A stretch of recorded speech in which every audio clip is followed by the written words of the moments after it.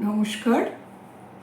রিতার সাথে কিছুক্ষণ জীবন তরঙ্গের অন্যরকম আর একটা তরঙ্গ হচ্ছে ভাই বোনের ভালোবাসা, ভাই বোনের ছোটোবেলার খুনসুটি।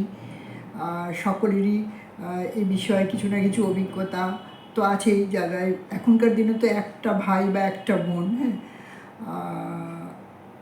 আমাদের সময় আমার দুই ভাই, আমি একজন, হ্যাঁ। আমাদের নানান রকম খুনসুটি, আমাদের ভালো লাগা মন্দ লাগা নিয়ে আপনাদের সাথে আজকে শেয়ার করব।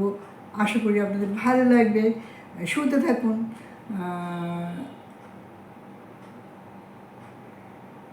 আপনাদের যদি কিছু মনে পড়ে যে এরকম কোনো ঘটনা যেটা আমার সাথে মিলতেও পারে, নাও মিলতে পারে, অন্যরকমও হতে পারে, আমার কমেন্ট বক্সে লিখবেন। হ্যাঁ, ভাল লাগবে, শেয়ার করবো আমরা একে অপরের অনুভূতির কথা, ভাই বোনদের সাথে আমাদের জীবনযাপনের যে ছোটোবেলার বিষয়টা সেটাই।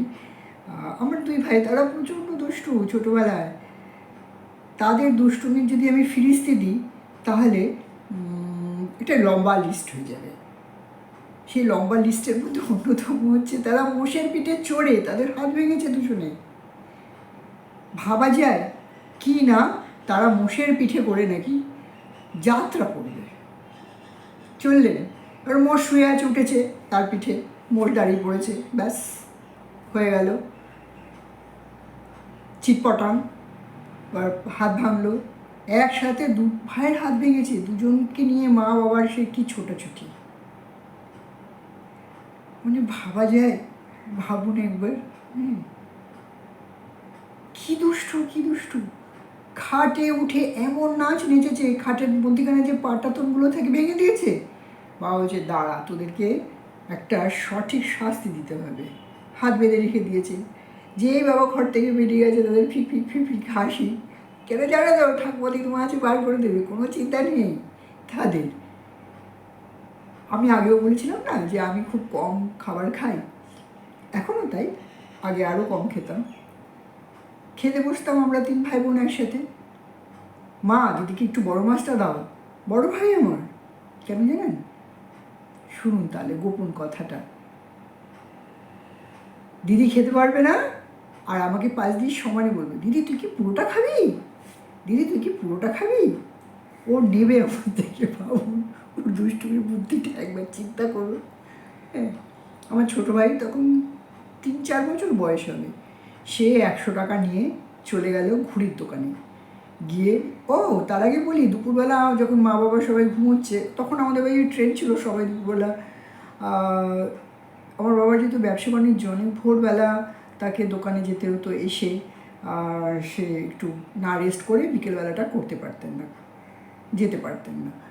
তো সে কী করেছে, পন্ডসের একটা বড় পাউডার সে ঢেলে পুরো চপচপ করে পাউডার মেখেছে, কাজল করেছে মোটা করে। হ্যাঁ, ওকে যে সাজিয়ে দেওয়া হতো সেভাবে সেজেছে। সেজে 100 টাকা, বাবার দোকান থেকে আনা টাকা থেকে 100 টাকা নিয়ে সে দোকানে গেছে, গিয়ে একটা ঘড়ি নিয়েছে, নিয়ে টাকার ফেরত দিতে জানে না তো, 100 টাকার মূল্য বোঝে না তো। 4-5 বছরের ছিল, আর পাশেই আমাদের বাড়ির পাশেই দোকানটা, ননির দোকান। সেখান থেকে সুতো নিয়েছে, একটা লাঠাই নিয়েছে, নিয়ে তারপর চলে এসছে।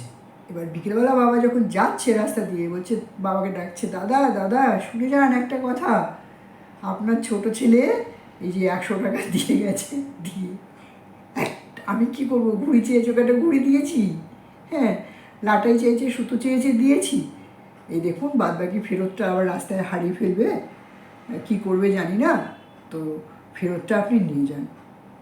এইরকম অসম্ভব সব তাদের দুষ্টুমি। তাদের দুষ্টুমির গল্প বলে শেষ করা যাবে না। হ্যাঁ, আজকে এই অবধি বলছি, আবার অন্যদিন অন্যান্য গল্প করবো। হ্যাঁ, এখন তাহলে রাখছি। আবার দেখা হবে রিতার জীবন তরঙ্গের অন্য তরঙ্গের তরঙ্গ নিয়ে আসছি। ধন্যবাদ।